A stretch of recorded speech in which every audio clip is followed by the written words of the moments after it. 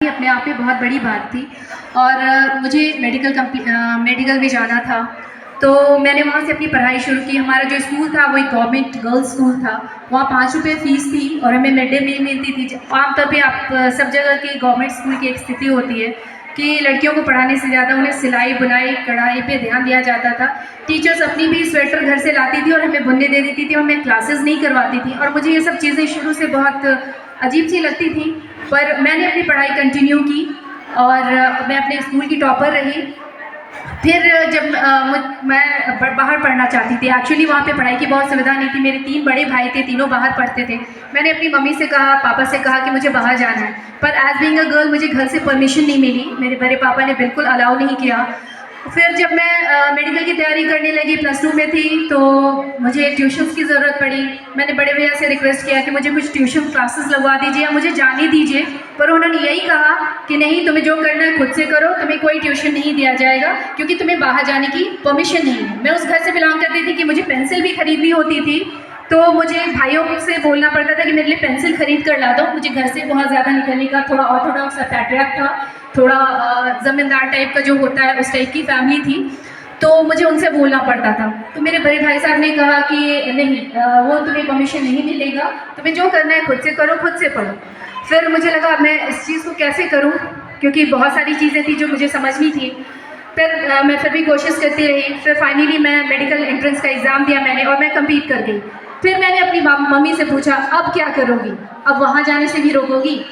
तो वहाँ पे मुझे जाने से रोका नहीं गया और समहाउ मैं कॉलेज में आई, Patna medical college and hospital. वहाँ से मैंने अपनी पढ़ाई शुरू की।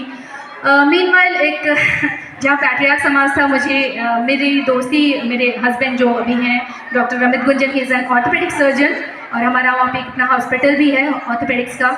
तो उनसे हमारी मुलाकात हुई और ये दोस्ती हमने कब प्यार में तब्दील हो गई पता नहीं चला। आफ्टर 7 ईयर्स हमने शादी करने का डिसाइड किया और हमारे घर से ये बिल्कुल भी परमिशन नहीं था, एज़ कि वो इतनी ऑर्थोडॉक्स फैमिली होने के लिए वजह से वो हमें परमिशन देते ही नहीं थे। फिर हमने अपने घर वालों की मर्ज़ी के खिलाफ शादी की और घर वालों का कोई सपोर्ट नहीं था। जब हम लोग पटना में लैंड किए तो हमारे जेब में मात्र 700 रुपये थे, 700।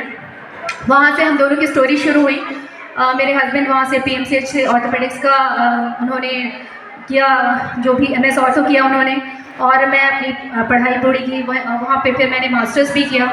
यहाँ तक आने के बाद बहुत मुश्किल से बहुत सारी चीज़ें, मतलब घरेलू अपनी सारी चीज़ें देखना, किसी पे हम लोग किसी से कुछ कह नहीं सकते थे क्योंकि फैमिली सपोर्ट बिल्कुल नहीं था। तो बहुत मुश्किल से इस बीच में हमारा एक बच्चा भी हो गया, तो हम लोग अपना दूसरे नर्सिंग होम में, दूसरे हॉस्पिटल्स में छोटे छोटे काम करके और जो पैसे अर्न होते थे अपनी अपनी वैसे ज़िंदगी जीते थे।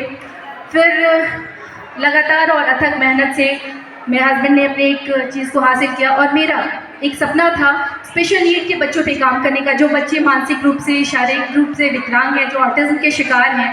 मुझे इन बच्चों पे काम करना था, तो मैंने इन बच्चों के लिए एक ऑर्गेनाइजेशन चलाया, एक स्कूल खोला स्पेशल बच्चों के लिए। जब मैंने शुरू किया था तो मेरे पास शुरू में जिस दिन खोला था मैंने, उसके 2 दिन बाद एक बच्चा आया और ये 6 महीने तक एक बच्चा आया। शुरू में हमारे जो ये मतलब मेरा जो ऑर्गेनाइजेशन था वो नेगेटिव में जा रहा था। फर्स्ट मंथ मैंने जो अर्न किया आफ्टर 6 मंथ्स, वो मैं अपनी रिसेप्शनिस्ट को जो देती थी उसका हाफ पैसा मेरे पास बचा था और आई वॉज वेरी हैप्पी कि मेरे पास कुछ पैसे बचे। तो ये एक आज मेरे पास करीब 200 बच्चे हैं जिनका मैं इस तरह का ट्रीटमेंट कर रही हूँ, उनका स्कूल चला रही हूँ। तो ये वहाँ से हमारी शुरू हुई है स्टोरी और मुझे ये बहुत अच्छा लगता है। इस बीच में मेरे हस्बैंड का सहयोग रहा, पर हमेशा ससुराल वालों से या घर वालों से ये होता था कि तुम तो कर रही हो, तुम्हारे बच्चे, मेरे बेटे को हमेशा एकेडमिक एक्सेलेंस मिला। जब मैंने अपना ये सेंटर खोला तो उन्होंने, मेरी इन लॉज का सबसे पहला था कि अब ये अच्छा नहीं करेगा पढ़ाई में, और ये मेरे लिए बहुत बड़ा चैलेंज था।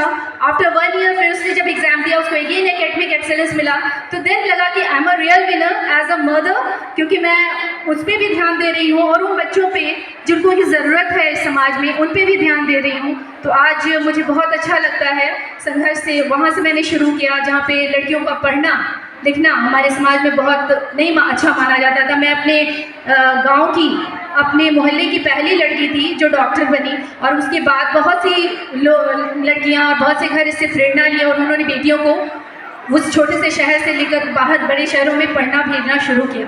तब मुझे इजाज़त नहीं थी, लेकिन मुझे देख करके उन लोगों ने बहुत अच्छा बड़ा कदम उठाया और ये एक बहुत बड़ी उपलब्धि है जब वो लड़कियाँ मुझसे मिलती हैं, बोलती है दीदी आपकी वजह से हम लोग को बाहर पढ़ने के लिए मिला। So thank you all and thank you for your love Nepal. Thank you so much. Thank you very much, Dr. Gunjan. It was wonderful listening to you. Since she has a flight to take, we wish you all the very best for your journey, and thank you very much for attending this conference conclave here in Nepal.